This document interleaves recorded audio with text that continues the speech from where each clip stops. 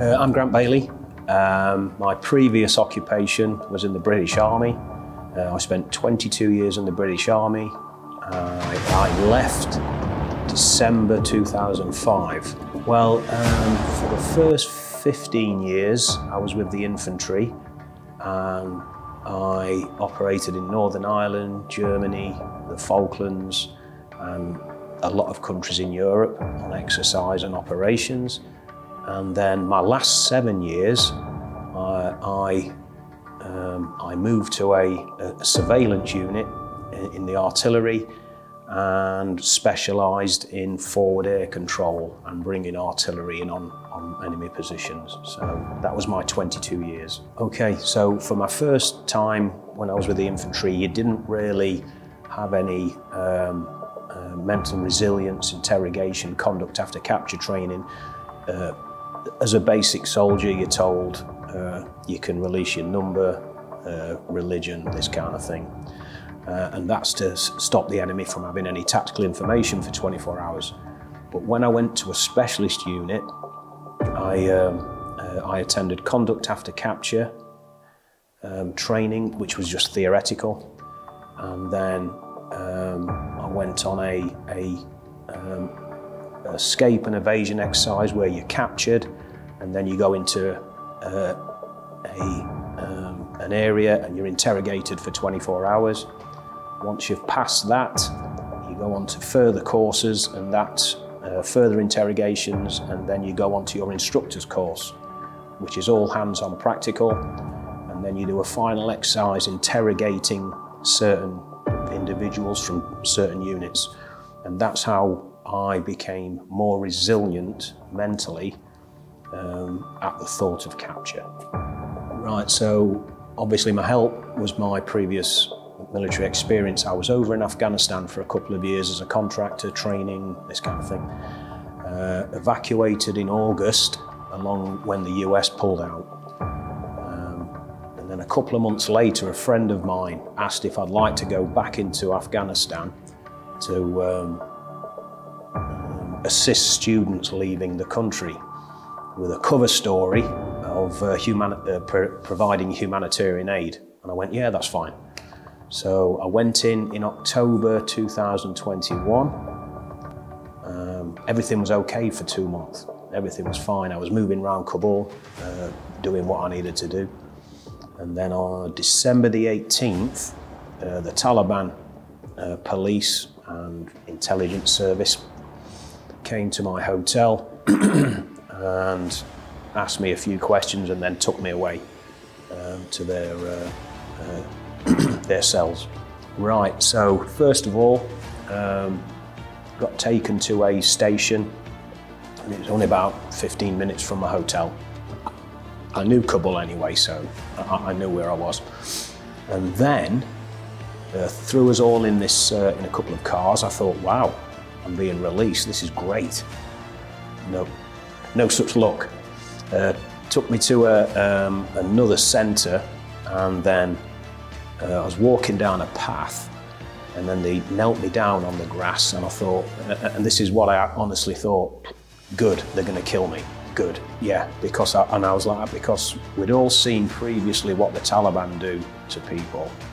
So I was like, good, they're going to kill me. They didn't, obviously. Went into the boss's office, or their boss's office, took all my IDs off me, asked me a few questions. Yeah, the stories I've heard from the soldiers who I've met and from the media, your soldiers, male and female, and your civilians who are captured are treated far worse than I was treated, far worse.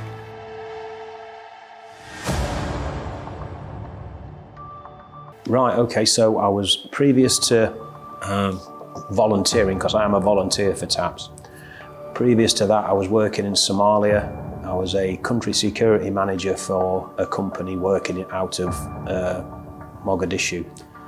And then Bonney and her legion of support came over to Mogadishu and stayed on my compound on Mogadishu International Airport. Took Bonney escorted Bonney as part of the security team into a few parts of the city. And we sort of clicked from there, you know, when she told me about TAPS. And I said, oh, I'd like to volunteer, you know, to be a trainer, a medical trainer, or do anything that I can help for TAPS Ukraine. So I think about a month later, I sort of got an offer to say, yeah, if you'd like to come over as a volunteer, we'll take you on. I was like, about 3 months ago, because before I came over to Ukraine, I went over to Burkina Faso as a volunteer for TAPS as well, to conduct medical training for the special police over there, because they're fighting a war against terrorism as well. So, and then after that, straight over here. Ukraine needs all the support it can, and I think having the US volunteers, UK volunteers, everyone from Europe, it brings more people notice, say, oh, UK guys over here, why is that? So the more assistance internationally that Ukraine gets, the bigger the story for Ukraine, you know, because I'd worked over here before in 2022 after I'd been released from Afghan, and I worked in Kyiv for a company conducting medical training for NGOs. So I'd had that experience before, and I knew that I wanted to pass on more information. I know Bonney and the rest of the TAPS team here are putting together sort of a mental resilience and assistance to wounded warriors, their families, their children, and I have seen quite a bit of activity here, and it's been lovely to see. The children are laughing and smiling, playing games.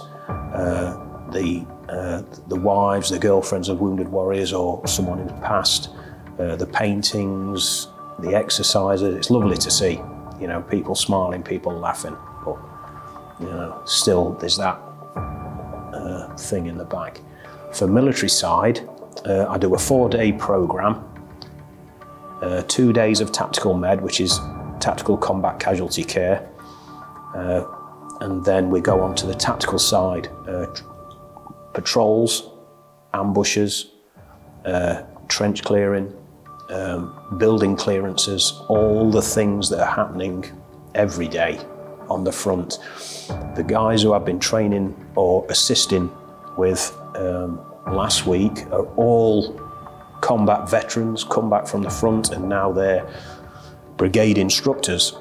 Now, they've all been to either Germany or the UK for training, but they found some of it to be not appropriate for what this war is.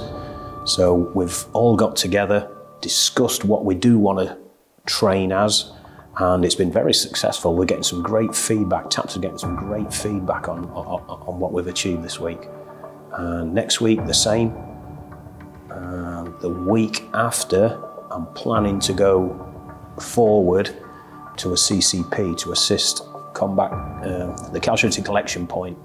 So just go forward and assist as a medic, you know, to get the experience up there and see what's needed.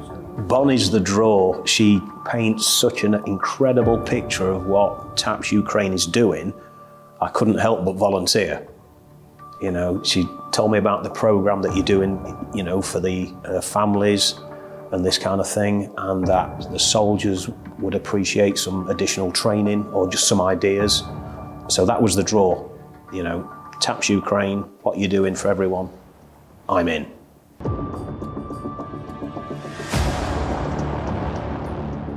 Oh, the soldiers, the defenders, they are so determined. When I've trained other countries, other soldiers that aren't their countries not at war, it's sort of blasé, you know, oh, we've got to do this because we've got to do it. With the individuals I've been working with last week, they take everything so serious, because any little bit of information new, either discard, that won't work, or yes, that's a good idea. They take every word and then put it into practice throughout the week, because a day later, they might be at the front. So they take everything seriously. And it's good to see. I'm here till victory.